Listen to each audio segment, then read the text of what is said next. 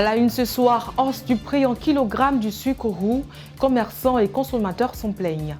Hier, un incendie s'est déclenché à l'INJS, les précisions dans un instant. Et puis le quartier de Gonzagueville, dans la commune de Port-Bouët, comme plusieurs quartiers d'Abidjan, en saison pluvieuse, vit de plein pied les inondations. Voilà pour le sommaire. Bonsoir à tous et bienvenue au journal qui s'intéresse aux consommateurs. Le marché ivoirien faisait face depuis peu à un déficit d'approvisionnement en sucre roux.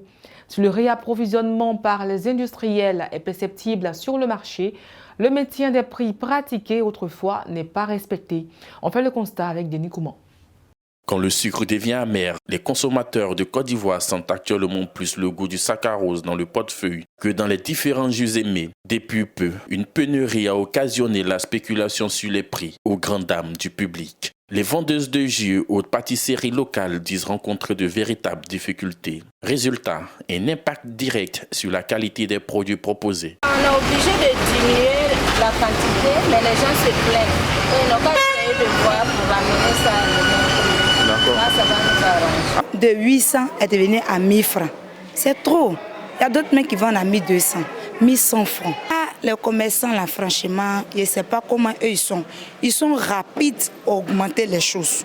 Ils ne sont pas rapides à diminuer les choses. Quand on dit augmentation, là, même s'ils ont sorte là, ils vont augmenter. Et on dit à la télé, oui, c'est lui qui augmente là, il faut nous appeler. Eux, ils n'ont qu'à sortir pour nous faire ce contrôle-là. Nous, on ne peut pas appeler quelqu'un. Mais nous, on est des voisins. On ne peut pas dire que nous, on va trahir notre ami. Tu viens là, c'est les mêmes personnes, ils vont venir pour te courir. C'est pour leur donner quelque chose et puis ils vont partir. C'est des mêmes complices là. Eux, ils n'ont qu'à venir faire recherche pour dire que non, le sucre est combien. Comme de la manière, ils attrapent les vendeuses de médicaments là. Ils n'ont qu'à sortir comme ça aussi. Accusés d'être à la base de cette inflation, les détaillants rejettent la faute sur les grossistes. Le sac de sucre est en constante hausse. Comprenant à 29 000, on va le kilo à 650. Maintenant, aujourd'hui, il y a 41 500, il y a d'autres même pas de 43 000. Moi, aujourd'hui, pour le moment, on fait ça 900. Quand tu arrives seulement et dis le prix des sucres aujourd'hui, c'est comme ça, c'est tout. Tu demandes même de diminuer, dis non, qu'est-ce que c'est le prix? Au sorti d'une rencontre entre l'Association ivoirienne de l'industrie sucrière, AISI, et le Conseil national de lutte contre la vie chère, le CNLVC, qui a eu lieu le 20 octobre dernier, l'AISI a rassuré les consommateurs sur le maintien du prix. Les agents contrôleurs, avec leurs tâches quotidiennes sur les marchés pour que les prix indiqués soient respectés, représentent l'espoir des consommateurs ivoiriens. À 51 jours de la fin de la validité des cartes nationales d'identité CENI de 2009, environ 4 millions d'Ivoiriens restent encore à enrôler pour l'établissement de leurs titres d'identité. Par ailleurs, un séminaire de lancement des activités des comités locaux d'identification s'est tenu hier à Yamoussoukro.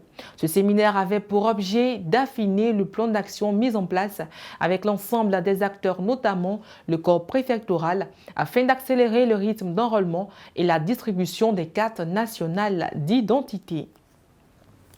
Un incendie a eu lieu hier matin dans un dortoir de l'Institut national de la jeunesse et des sports, l'INJS. Heureusement, aucune perte en vie humaine n'a été signalée, mais de nombreux dégâts matériels ont été enregistrés. Retour sur les lieux avec Christian Gokra. Plus de peur que de mal, ce mercredi 9 novembre à l'Institut national de la jeunesse et des sports, un incendie s'est déclaré dans un dortoir, puis s'est propagé sur les lieux. Les étudiants sinistrés rassurent, tout est rentré dans l'ordre avec l'intervention des sapeurs-pompiers militaires. Je venais d'arriver au sein de l'Institut et qu'on a appris que c'est notre bâtiment. On nous avait dit que c'est notre bâtiment mais qui prenait feu. Et tardant, on est arrivé sur les lieux. On a vu que c'est le bâtiment voisin qui prenait feu. Bon, séance tenante, on a essayé de sauver ce qu'il y avait à sauver dans notre bâtiment. Et chez nous ici, on était obligé d'enlever nos affaires pour mettre dehors, pour ne pas que le feu consume aussi nos bâtiments, attaque nos bâtiments. Voilà, et puis bon, après les pompiers sont arrivés, ils ont pu circonscrire le feu. On était en chambre, précisément pendant que mon colocataire, lui, était en plein compos. Et lorsque j'ai reçu un coup de fil, je suis descendu par l'autre entrée. Et dès que je suis arrivé, je ne suis pas arrivé loin. Automatiquement, j'ai en train d'écrire. Je me retourne, je rentre dans ma chambre pour voir si l'incendie ne provient pas de ma chambre. Et Dieu merci, c'est pas là. Donc, la première chose à faire, j'ai pris d'abord l'ordinateur. J'ai fait sortir ça d'abord. Et après, maintenant, je me suis arrêté là d'abord pour regarder d'abord où l'incendie est arrivé. Bilan, aucune victime enregistrée, mais quelques dégâts matériels. Après, lorsque tout s'est calmé, on a été informé par certains problèmes qu'au moins il y a eu 6 chambres d'abord qui ont été brûlées, ensuite ça a progressé. Dieu merci, ils sont arrivés à temps pour pouvoir éteindre le reste. Une situation qui malheureusement a fait le bonheur de certains étudiants aux mauvaises intentions. Ce que je peux dire à mes amis, quand certaines personnes sont en pleurs, en train de souffrir, vu une situation, je les exhorterai à venir plutôt aider avec bonté du cœur, plutôt qu'à venir tout en ayant des idées derrière la tête. Rappelons que l'incendie s'est déclaré le mardi aux environs de 9 h. Pour l'heure, la cause n'a pas encore été identifiée. Selon nos sources, le directeur de l'établissement entend mener toutes les actions pour que les étudiants sinistrés soient pris en charge par l'État. Dans le domaine du transport, l'examen théorique et pratique du permis de conduire connaît de sérieuses perturbations sur le terrain depuis la suspension des anciens inspecteurs par le ministère des Transports. En effet, les inspecteurs gendarmes qui sont commis à cette tâche en remplacement, les inspecteurs civils bloquent régulièrement les examens pour non-paiement de leurs primes de mission, poussant ainsi à regretter les précédents.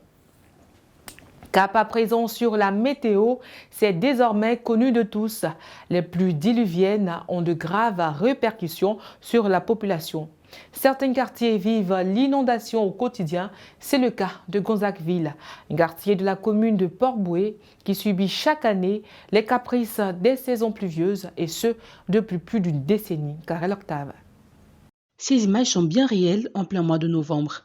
La deuxième grande saison des pluies en Côte d'Ivoire s'étend selon les études de juillet à septembre. Pourtant, on croirait qu'elle s'est déplacée ou étendue. Pendant que certains apprécient le bruit de la pluie sur les toits et en profitent pour dormir, se relaxer ou s'évader un temps soit peu en pensée, d'autres sont inquiets et à juste titre. C'est d'ailleurs l'axe de l'actualité en ce moment, les pluies diluviennes en Côte d'Ivoire et les inondations. Plusieurs quartiers s'en plaignent, et Gonzagueville encore plus. Les voix n'arrivent plus à se faire entendre, tellement lassés de crier au secours depuis plus de 10 ans. Chaque année, c'est pareil. Toutes les rues, sans exception, sont inondées. Les habitants quittent leur maison en saison de pluie pour se réfugier chez des proches et reviennent quand l'eau baisse. Car comme vous le constatez, l'eau s'installe partout. Impossible de rentrer ou sortir sans bottes aux pieds. Et ça, c'est pour les plus chanceux. Pour les autres, c'est pratiquement à la nage qu'il faut penser se déplacer. Et pour les plus ingénieux, en pirogue de fortune.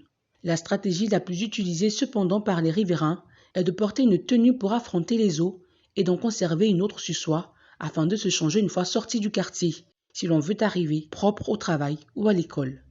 Bien évidemment, à cette époque, tous les déplacements sont limités. Tout le quartier de Gonzagueville étant sous l'eau, exposé à des reptiles, des insectes et plusieurs maladies. Chaque jour, au moins un bien est détruit par l'eau. Tout semble s'en aller, sauf l'espoir de voir un jour Gonzagueville sorti de l'eau. Le bilan des dégâts des eaux de pluie s'alourdit. Si ce ne sont les inondations, l'on assiste à des pertes en vies humaines. 2 semaines après le décès des 2 élèves emportés par les eaux dans la commune de Yopougon, une élève âgée de 11 ans meurt dans les mêmes conditions et toujours dans la même commune. Suivant le récit d'Eva Royal.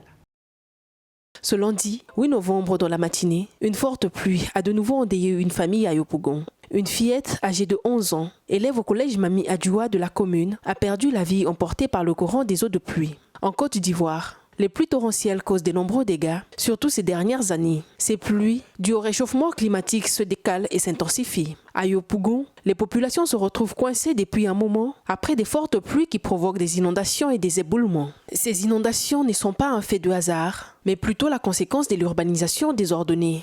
Des quartiers se retrouvent la plupart du temps sous les eaux après des pluies, une situation devenue récurrente qui rend impossible plusieurs activités et perturbant la circulation des populations. Et nous souvient qu'alors qu'ils partaient à l'école le 22 octobre dernier, 2 élèves avaient été emportés par la pluie et leurs corps sans vie repêchés 48 heures plus tard, toujours dans la commune de Yopougon.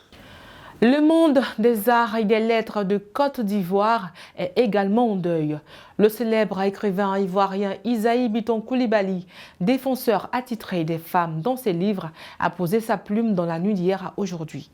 Devenu une référence en la matière, l'auteur a su, par son style particulier, décrire les aléas de la vie en couple dans la société et susciter des vocations dans le monde littéraire africain.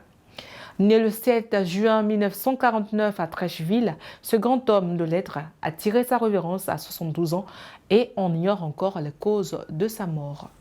C'est la fin de cette édition qui vous a été présentée par l'ensemble de la rédaction. Merci de nous avoir suivis. À demain.